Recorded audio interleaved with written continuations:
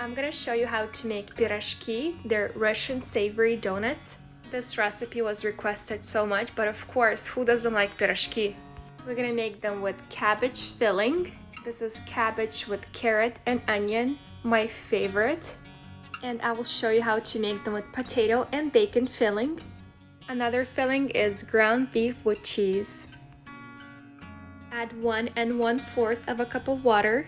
Use warm water, about 90 degrees Fahrenheit. It will speed up the fermentation process. Add 1 teaspoon of dry yeast, 1 tablespoon of sugar, and 1 tablespoon of flour. Mix it well, cover, and let it bloom for about 10 minutes until foam forms on the surface. It will look like this. Add it to the bowl. Make sure to get everything out. Add 2 tablespoons of olive oil. Add 1 teaspoon of salt. And add 3 cups of all-purpose flour. Knead the dough until everything is well combined. You can do it by hand or with the stand mixer. I'm gonna remove it from the bowl and shape it into a ball. It should be very soft and it shouldn't be sticking to your hands. If it's sticky, you can add a little bit more flour, but it should be very soft. I'm gonna cover the dough with some olive oil, place it back into the bowl and cover it and let it proof until it doubles in size for about an hour and a half. I'm gonna show you how to make 3 different fillings, but it's only enough dough for one, so only pick one. Dice 1 medium-sized onion into tiny little cubes.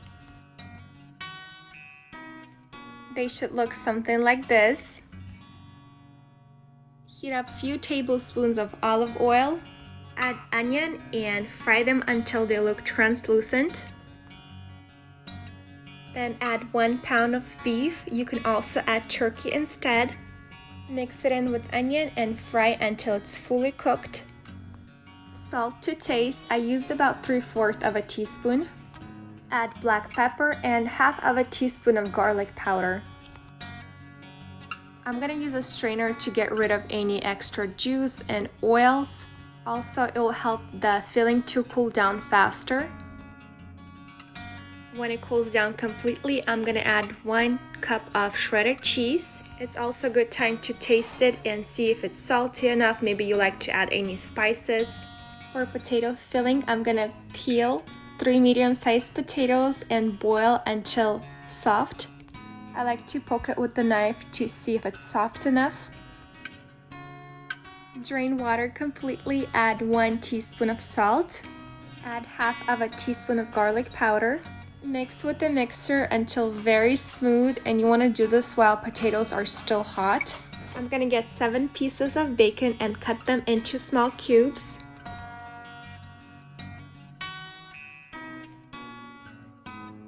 Half of a medium-sized onion into small cubes.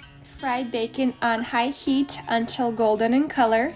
Then add onion and fry until golden in color. I'm gonna use a strainer to drain all that extra oil. And then add that to your mashed potatoes. You can taste it and see maybe you want to add any other seasoning.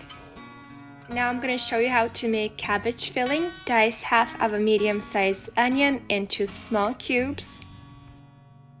Cut into 1-inch thin sticks about 1/3 of a medium-sized cabbage. It should look something like this. And on the larger holes, shred 1 medium-sized carrot.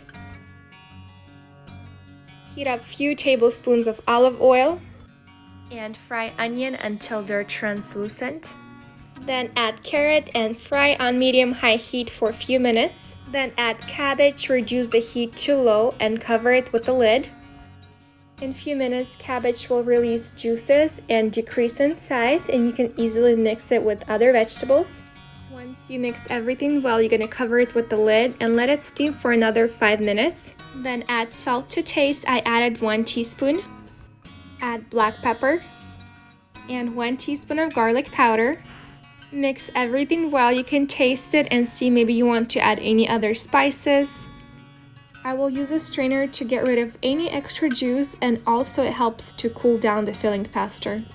Once the dough doubles in size, we're going to shape it into baguette.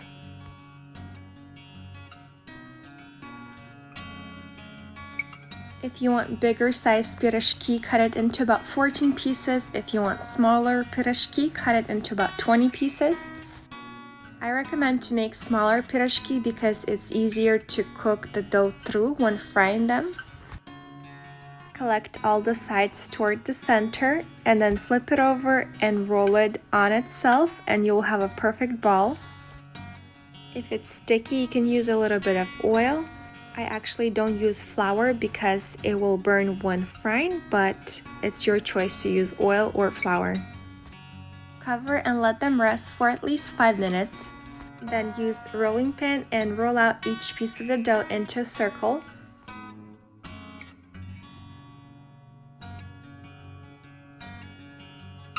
Then you're gonna fill them with whatever filling you choose.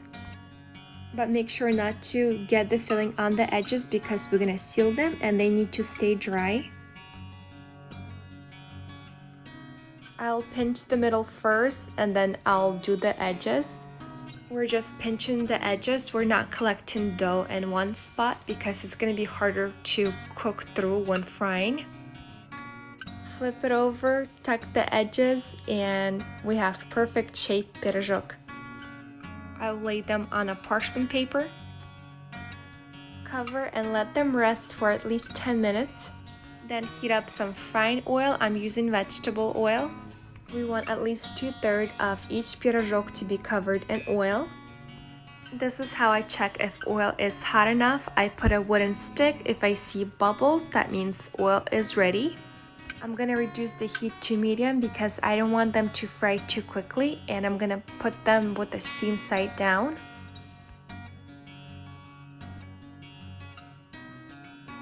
When they turn golden brown, we're gonna flip them over and fry it on the other side.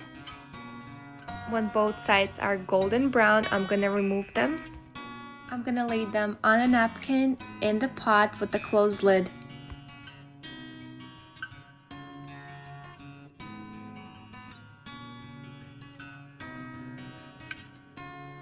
Which one is your favorite? Beef, potato with bacon, or cabbage pirozhok? Mine is with cabbage.